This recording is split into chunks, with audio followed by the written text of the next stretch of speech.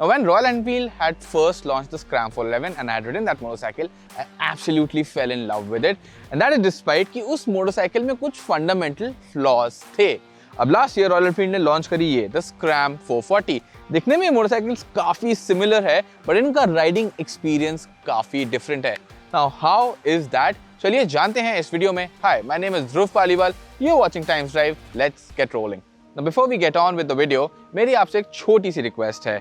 अगर आपको हमारा बनाया हुआ कंटेंट अच्छा लगता है, अगर आपको ऐसे वीडियोस देखने में मजा आता है, so please hit that like button so YouTube also knows how you feel. If you know someone who's looking to buy a motorcycle like the Royal Enfield Scram, do share this video with them and subscribe to the Times Drive channel for more such engaging automotive content.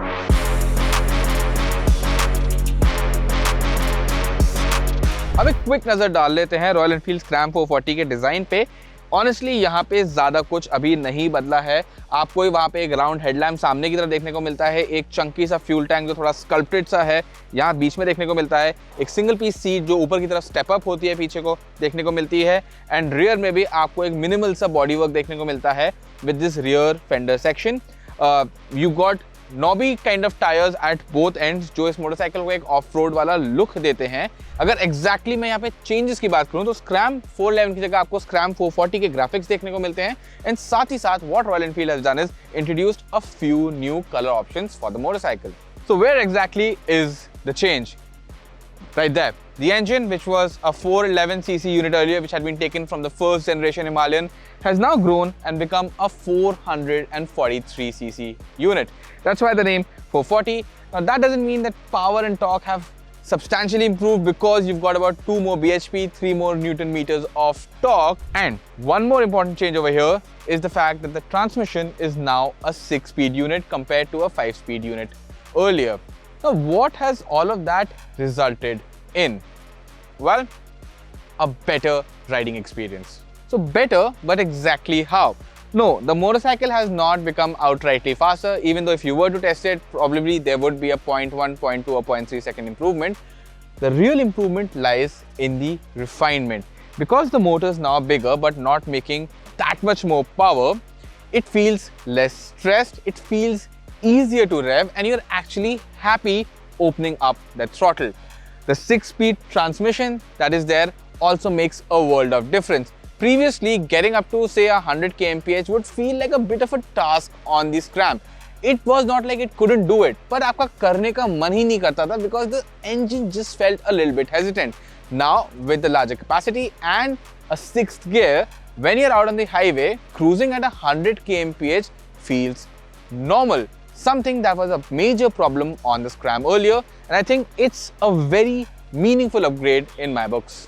Now, another update that we've seen on the powertrain front is the addition of a slip and assist clutch to the motorcycle.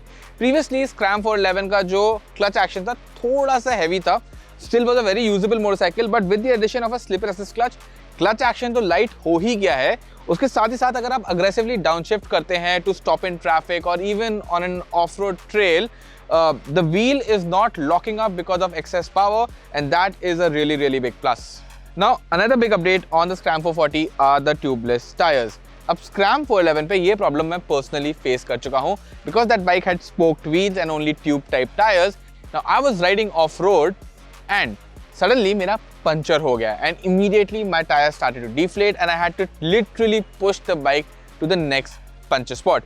With tubeless tires, yes, you do compromise a bit on the durability of the rim because an alloy wheel is obviously not as durable off-road as a spoke type wheel, but the convenience you get of not losing pressure in your tires in case of a puncture, I think that's really crucial in the modern day riding scenario. Now, the next big change, and my personal favorite, is this button right here which says ABS. Now, on the Scram 411, what you got was ABS at both ends and you could not switch that off. Well, on tarmac that was fine. Off-road it did become a hurdle in many places, especially when you really want to just lock the rear wheel and turn the bike quickly.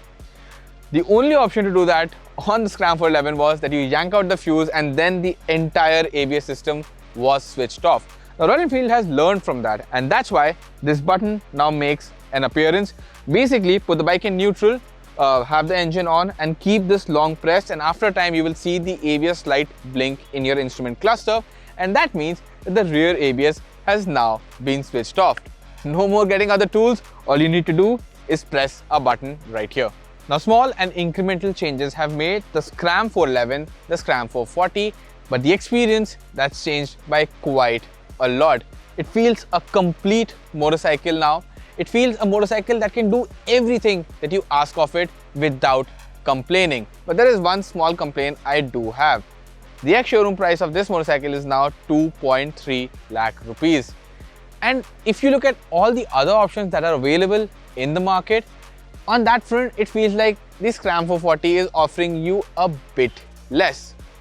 But the experience of riding that the Scram 440 is offering, a no-nonsense, plain, simple riding experience, that is something that you do not see on other motorcycles.